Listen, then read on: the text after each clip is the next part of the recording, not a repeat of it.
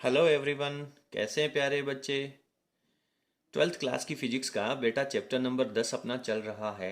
और लगभग अपन chapter number 10 के सभी टॉपिक कंप्लीट कर चुके हैं और अपन अंतिम पड़ाव में हैं। आज अपन इसका एक बेहद महत्वपूर्ण टॉपिक पढ़ने जा रहे हैं, जो है प्रत्यावर्ती परिपथ में औसत शक्ति का मान। शक्ति तो अपन बहुत पहले से जानते हैं, कक्षा 10 से पढ़ते हुए आ रहे हैं। सर, शक्ति का मतलब होता है परिपथ के लिए वोल्टेज और करंट का गुणनफल। P बराबर वी आई का फॉर्मूला अपन जानते हैं, लेकिन आज अपना ये टॉपिक और महत्वपूर्ण बन जाता है जब आपको शक्ति का औसत मान निकालना हो, औसत शक्ति अपने को निकालनी हो। तो बोर्ड परीक्षा में यहां से 2 नंबर का प्रश्न पूछा जाता है। तो सबसे पहले अपन देखते हैं कि शक्ति किसे कहते हैं। इसकी एक छोटी सी डेफिनेशन लिख करके आज के इस टॉपिक को अपन स्टार्ट करते हैं। तो यहां पर अपन ने जो औसत शक्ति है उसमें से केवल शक्ति को परिभाषित करने का प्रयास किया है।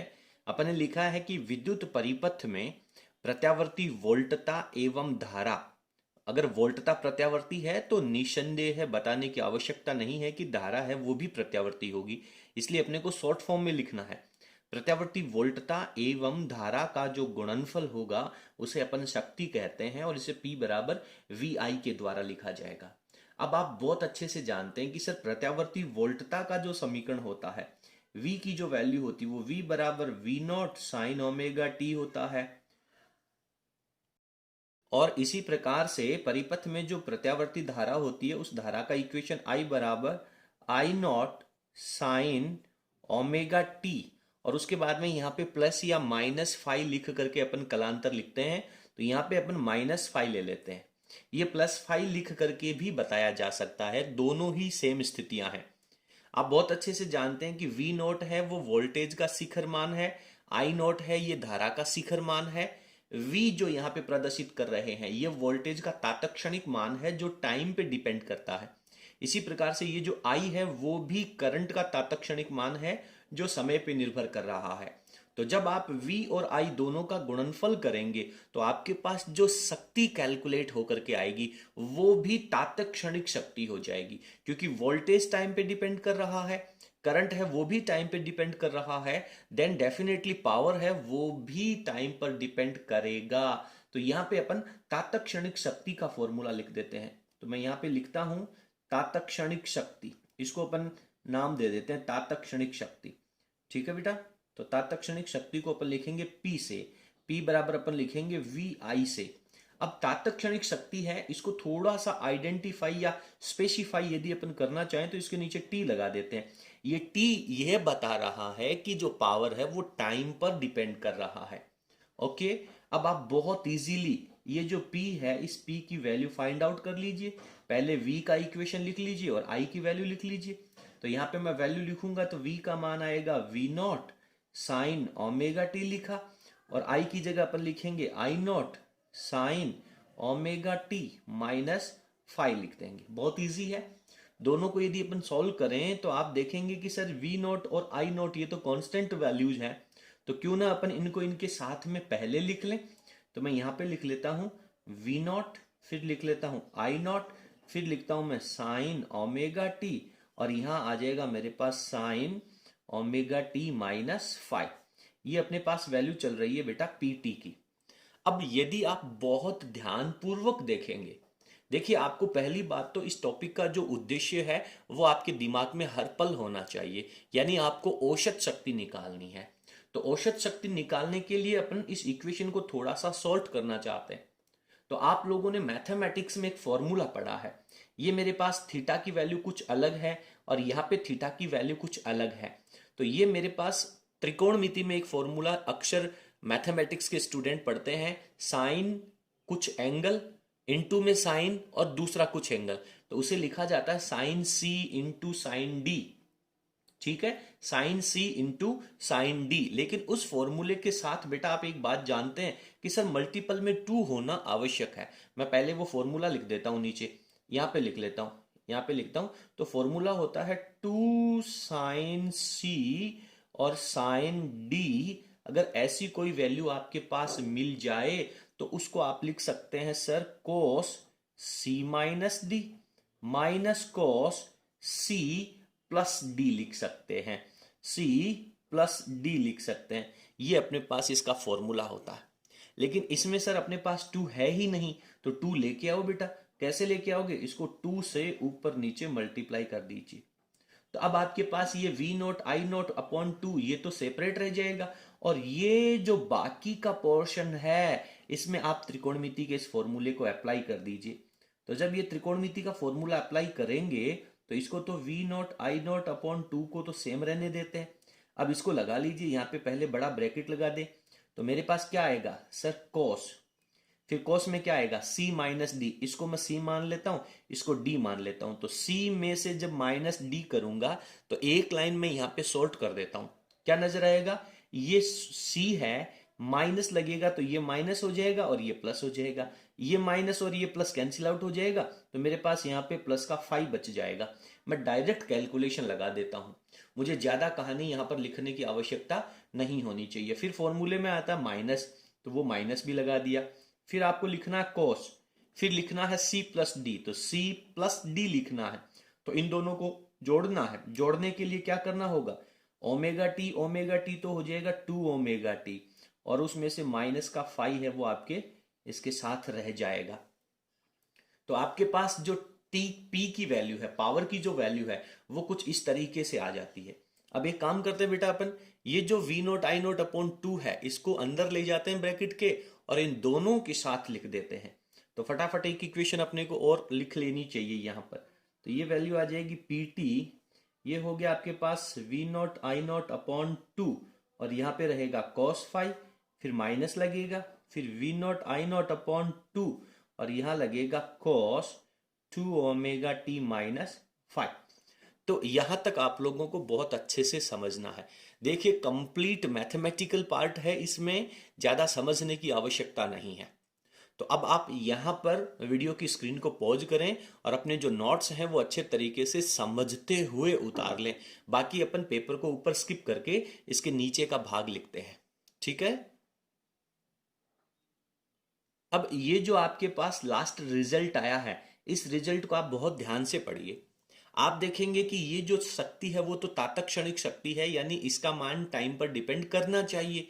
लेकिन इसका जो पहला पार्ट आ रहा है इसमें तो कहीं टाइम है ही नहीं। इसका मतलब ये तो कांस्टेंट वैल्यू है, ठीक है? इसका मान कभी भी चेंज नहीं होगा। और दूसरे फंक्शन में जाएंगे तो आपको टी नजर आ रहा है, इसका मतलब ये वैल्यू है वो टाइम पे डिपेंड करेगी। यानी अपन ये कह सकते हैं कि औसत शक्ति के अंदर दो भाग आ जाते हैं। पहला भाग है वो टाइम पे डिपेंड नहीं करता है, और दूसरा भाग है वो टाइम पर डिपेंड करता है, ठीक है? अब अपना उद्देश्य क्या था? अपने को अपना उद्देश्य है वो भूलना नहीं है। अपने को औसत शक्ति चाहिए। तो अब अपने को क्या करना है? ये जो शक्ति की वैल्यू आ गई अपने पास, इसका एवरेज निकालना है। तो औसत शक्ति जो लिखेंगे उसको अपन पी ए वी के द्वारा रिप्रेजेंट करेंगे, ठीक है? तो पी ए वी के द्वारा जब आप रिप्रेजेंट करेंगे तो आपके पास वैल्यू क्या आ जाएगी? मैं यहां पे लिखता हूं कि सर पी ए वी है। तो इसमें सबसे पहले तो आप प्रत्यावर्ती शक्ति जो है उस शक्ति का तात्क्षणिक मान यहां पे लिखें और उसका एवरेज निकालना है। तो वैल्यू आ जाएगी V naught I naught cos 5 upon 2, फिर माइनस में आ जाएगा आपके पास V naught I naught upon 2 चल ही रहा है, कॉस 2 ओमेगा टी माइनस 5। अब इसके औसत से क्या संबंध है? औसत का मतलब है कि आपको इनके ऊपर बार लगा देना है। ये जो बार है वो क्या रिप्रेजेंट करता है? बार रिप्रेजेंट करता है कि आपने इसका एवरेज ले लिया है, ठीक है? अब एवरेज में अपन क्या कर सकते हैं? पहले वाले पार्ट का अलग एवरेज निकाल लें, दूसरे वाले पार्ट का अलग एवरेज निकाल लें। तो इसको अपन लिख सकते हैं कि V naught I naught cos 5 upon 2 इसका एवरेज, फिर minus V naught I naught upon 2 cos 2 omega T minus 5, और इसका भी एवरेज निकाल लेंगे। अब अभी आपने एक बात पढ़ी है, आपने एक बात कही है कि सर पहला फंक्शन है ये टाइम पे डिपेंड करता ही नहीं है, और जब ये टाइम पे डिपेंड नहीं करेगा तो इसका तो जो औसत मान होगा वो सेम का सेम रहेगा, V naught I naught cos 5 upon 2 ही रहेगा, क्योंकि कांस्टेंट वैल्यू की तो वैल्यू है वो चेंज ही नहीं होगी, हर पल यही रहनी है, फिक्स रहनी है। लेकिन इसका एवरेज वैल्यू जब आप लेंगे तो ये तो कोस थीटा की फंक्शन आ गया और कोस ओमेगा टी का फंक्शन आ गया जो खुद टाइम पे डिपेंड कर रहा है, और आप बहुत अच्छे से जानते हैं कि इसका जो ग्राफ है वो लगभग साइन थीटा के ग्राफ की तरह ही बनता है। साइन थीटा का एवरेज लेना हो या कोस थीटा का एवरेज लेना हो, एक पूरे चक्र के लिए इसका औसत मान 0 आता है। ठीक है, तो इसका औसत मान 0 है, वो अपने को यहाँ पे प्रूफ करने की जरूरत नहीं है। अपन ने इससे पहले जो टॉपिक पढ़ा था प्रत्यावर्ती वोल्टता का वर्ग माध्य मूल मान, उसमें अपन डिराइव कर चुके हैं। तो डायरेक्ट अपन यहाँ पे -0 लिख सकते हैं, या फिर आप यहाँ पे रेफरेंस के रूप में डाल दें कि सर चूंकि V naught I naught upon 2 cos 2 omega T minus five, इसकी जो एवरेज वैल्यू है that will be equals to 0। किसके बराबर होगी? 0 के बराबर होगी। तो यहां पर अपने को ये जो अंतिम फंक्शन है इसकी वैल्यू 0 आ जाती है, और ये आपके पास पी एवरेज आ जाता है। अब ये जो एवरेज की वैल्यू है इसको थोड़ा और अच्छे से डेकोर करना है, अच्छे से लिखना है। तो क्या लिखेंगे बेटा? सर पी ए वी है, बटा में जो 2 है उसको मैं लिख सकता हूं √2 इंटू √2, और वो √2, एक √2 तो है वो वी नोट के साथ लगा दूंगा, और दूसरा है वो आई नोट के बटा में लगा दूंगा। तो मेरे पास हो जाएगा कि वी नोट अपॉन √2 और आई नोट अपॉन √2, और इंटू में चलता रहेगा अपने पास cos 5। ठीक है बेटा। और आपने वर्ग माध्य मूल मान में बहुत अच्छे से पढ़ा है कि शिखर मान में √2 को डिवाइड करने पर उसकी आरएमएस वैल्यू आ जाती है। तो इसके आधार पर मैं यहाँ पे इसका फाइनल रिजल्ट लिख सकता हूं। इसका फाइनल रिजल्ट अपन लिख सकते हैं कि जो पी एवरेज होगा वो आपके पास वोल्टेज का आरएमएस मान, प्रत्यावर्ती धारा का आरएमएस मान, और इनटू में cos फाई लगेगा। ये आपके पास औसत शक्ति आ जाती है। ये औसत शक्ति का जो फॉर्मूला है वो आपको पूरा का पूरा डायरेक्ट याद भी रखना है, और इसका पूरा डेरिवेशन भी याद रखना है। तो यदि डेरिवेशन याद रखोगे तो 2 अंक का प्रश्न तैयार हो जाएगा। फॉर्मूला याद रखोगे तो इसके ऊपर डिपेंडेंट न्यूमेरिकल जो बोर्ड परीक्षा के साथ साथ प्रतियोगी परीक्षाओं में भी बहुत बेहद महत्वपूर्ण है, बहुत ही महत्वपूर्ण है। कंप्लीट है बेटा। अब अपन इसके कुछ विशेष केस पढ़ते हैं जो अपने को बहुत इंटरेस्टिंग लगेंगे और इस टॉपिक को बहुत आकर्षक बना देंगे। चलिए पहले आप वीडियो की स्क्रीन को पॉज करेंगे और जो नोट्स हैं उनको अच्छे तरीके से लिखेंगे, फिर अपन आगे चलते हैं। अब इस रिजल्ट को ध्यान में रख करके मैं कुछ एक बातें लिखता हूं, आप समझने का प्रयास करना कि यदि परिपथ में, यदि कोई परिपथ आपके पास है, प्रत्यावर्ती धारा परिपथ है, उस परिपथ में केवल प्रतिरोध लगा हुआ है। क्या लगा हुआ है? केवल प्रतिरोध लगा हुआ है। आपने सबसे पहला टॉपिक पढ़ा था शुद्ध प्रतिरोधी परिपथ। अगर प्रतिरोधी परिपथ है, केवल प्रतिरोध है, तो ऐसा होने पर क्या होगा? आप बहुत अच्छे से जानते हैं कि सर वोल्टेज और करंट एक ही कला में होंगे, और वोल्टेज और करंट एक कला में होने का मतलब फाई की वैल्यू क्या होगी? केवल प्रतिरोधी परिपथ में। ध्यान देना, मैं वापस आपका दिमाग है, आपका जो ध्यान है वो बेहद आकर्षित करना चाहता हूं। केवल प्रतिरोधी परिपथ में वोल्टेज और करंट दोनों समान कला में होते हैं, इस बात को अपन समझ चुके हैं। और जब इसकी वजह से इसका कलांतर क्या होगा? सर 0 होगा। कलांतर 0 होगा तो cos 0 का मान 1 होता है, और ऐसी स्थिति में आपके पास जो शक्ति ह्रास होगा वो आपके पास Vrms और Irms के गुणनफल के बराबर हो जाएगा। ठीक है, और ये इसकी अधिकतम शक्ति ह्रास की स्थिति है। मैं यहां पे बहुत अच्छे से लिख देता हूं, ये इसका अधिकतम शक्ति ह्रास की स्थिति है। ठीक है बेटा, अधिकतम शक्ति ह्रास। इसके बाद में नंबर 2 पे चलता हूं। यदि परिपथ में केवल क्या लगा हुआ है? केवल संधारित्र लगा हुआ है, या धारितीय परिपथ अपन कह सकते हैं। संधारित्र होने पर, जब संधारित्र होगा तो आप बहुत अच्छे से जानते हैं, क्या जानते हैं बेटा? कि कलांतर जो है, वोल्टेज और धारा के बीच में कलांतर जो है वो आपका 90 डिग्री का होता है। और जब 90 डिग्री का होगा तो cos 90 की जो वैल्यू है वो आपके पास कितनी होती है?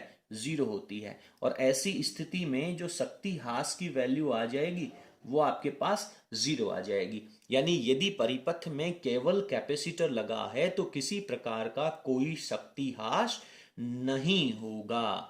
ठीक है, क्योंकि उस स्थिति में क्या होगा कि उस प्रत्यावर्ती वोल्टता स्रोत से जो एनर्जी निकलेगी वो कैपेसिटर में इलेक्ट्रिक फील्ड के रूप में सुरक्षित हो जाएगी, संचित स्टोर हो जाएगी। नंबर 3 पे चलते हैं। परिपथ में क्या लगा हुआ हो? केवल कुंडली, और कुंडली को अपन क्या कह सकते हैं? प्रेरकत्व। क्या लगा हुआ हो? प्रेरकत्व, केवल प्रेरकत्व लगा हुआ है। तो उस स्थिति में कलांतर कितना होता है बेटा? सर कलांतर का मान इस स्थिति में भी 90 होता है, और cos 90 की वैल्यू होती है वो 0 होती है। तो इस केस के अंदर भी आपके पास जो P एवरेज है, औसत शक्ति है, वो शक्ति ह्रास की वैल्यू 0 हो जाएगी। बहुत अच्छे से आपको ये सब बातें कंप्लीट तैयार होनी चाहिए। तो इसके साथ ही अपना आज का ये जो टॉपिक है वो यहाँ पे कंप्लीट हो जाता है। थ्योरेटिकल रूप से यहाँ पे बिल्कुल कंप्लीट हो जाता है। इसके बाद में आप लोगों के सिलेबस की यदि मैं बात करूं, ध्यान देना बेटा, तो दो बहुत छोटे छोटे टॉपिक हैं। एक है आपका शक्ति गुणांक। क्या है? शक्ति गुणांक। मैं आप लोगों को पूरी कहानी अच्छे से बताता हूं। और इसके बाद में एक टॉपिक आता है वाटहीन धारा। क्या आता है? वाटहीन धारा।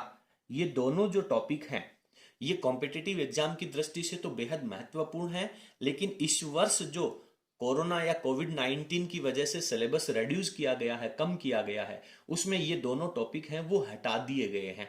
इसलिए बोर्ड परीक्षा के लिए इन दोनों टॉपिक्स को पढ़ने की आवश्यकता नहीं है। इन दोनों को आप छोड़ सकते हैं। प्रतियोगी परीक्षाओं के लिए इन दोनों को तैयार करना होगा। तो अपन क्या करने वाले हैं? अपन पहले बोर्ड परीक्षा के लिए केवल जो सिलेबस निर्धारित किया गया है उसको तैयार करेंगे। उसके बाद जब अपने पास एक्स्ट्रा समय बचेगा, फिर या यूं कह लीजिए कि 12th क्लास की एग्जाम के बाद ये जो दोनों टॉपिक हैं वो आपको इसी चैप्टर में, इसी चैप्टर की प्ले लिस्ट के साथ में लगा दिए जाएंगे, बता दिए जाएंगे। तो अभी तक आप केवल इतना कंप्लीट कर लीजिए। तो इसके साथ ही अपना आज का ये टॉपिक यहाँ पे फिनिश हो जाता है। अगली क्लास में अपन बात करेंगे चौक कुंडली के बारे में। बने रहिए हमारे साथ। यदि आपको हमारा वीडियो पसंद आया हो तो प्लीज़ आप वीडियो को लाइक करें और अपने सभी फ्रेंड्स के साथ इसे आवश्यक रूप से शेयर करें। बहुत बहुत धन्यवाद। Thank you.